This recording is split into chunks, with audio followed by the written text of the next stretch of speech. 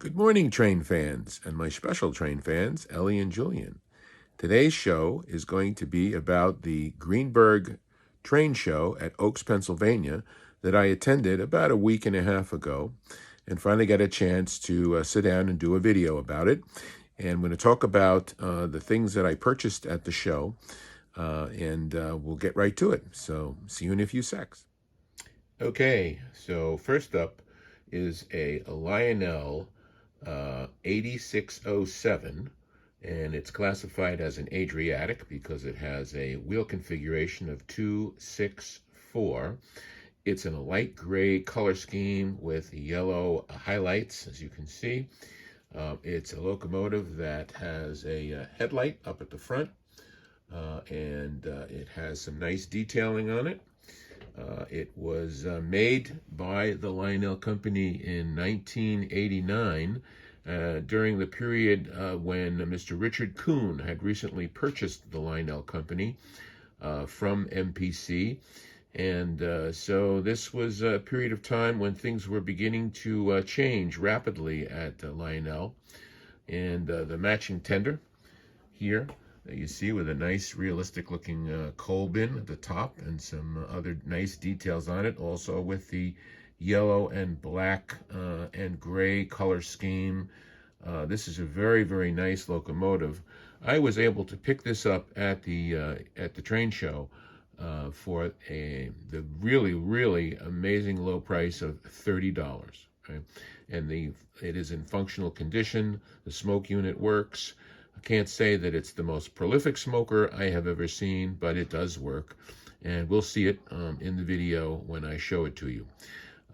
One other thing I might want to mention is at the end of the tender here, you see I have a 3D printed Marx to Lionel coupler adapter in there.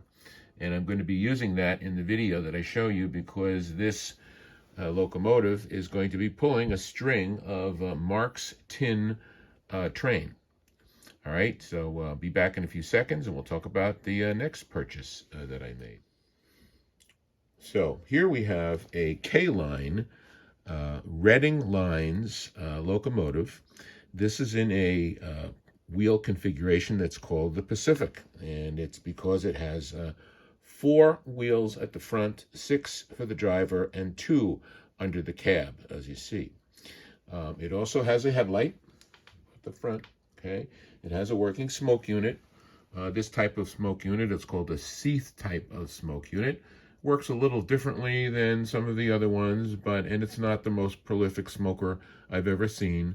But what really attracted me to this locomotive, and unfortunately I wasn't able to get the matching tender, is the color scheme. It's really a nice green, black, and yellow color scheme. It's actually part of a set that was released by K-Line back in 1999, okay?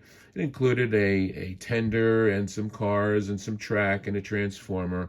Unfortunately, none of that was available when I was at the show, but this guy was sitting on a table, and the dealer there wanted $70 for it. And so that's what I took it home for. And for those of you who may recall or remember, I've done some previous videos on other K-line locomotives that look like this, and also some Marx locomotives that look like this, because this is actually using the molding and the shell of a Marx locomotive that was made in the 1950s, the Model 333. And it's been brought back to life by the K-Line Company. K-Line, unfortunately, is no longer in business today, but it was in operation in the 1990s when this was made, and in the early 2000s before they went out of business, and that's another long story.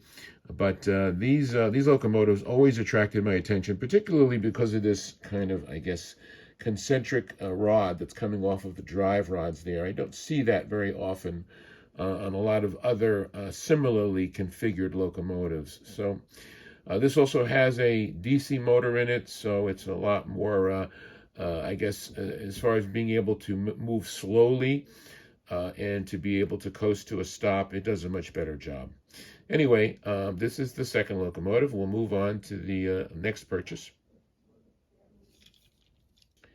Some of you may recall that I took a recent interest in refrigerator milk cars, and I actually have one of them, one of the ones that was made by Lionel in 2007, the Nesquik milk car, which has the two metal tanks inside that you can see when you take the roof off.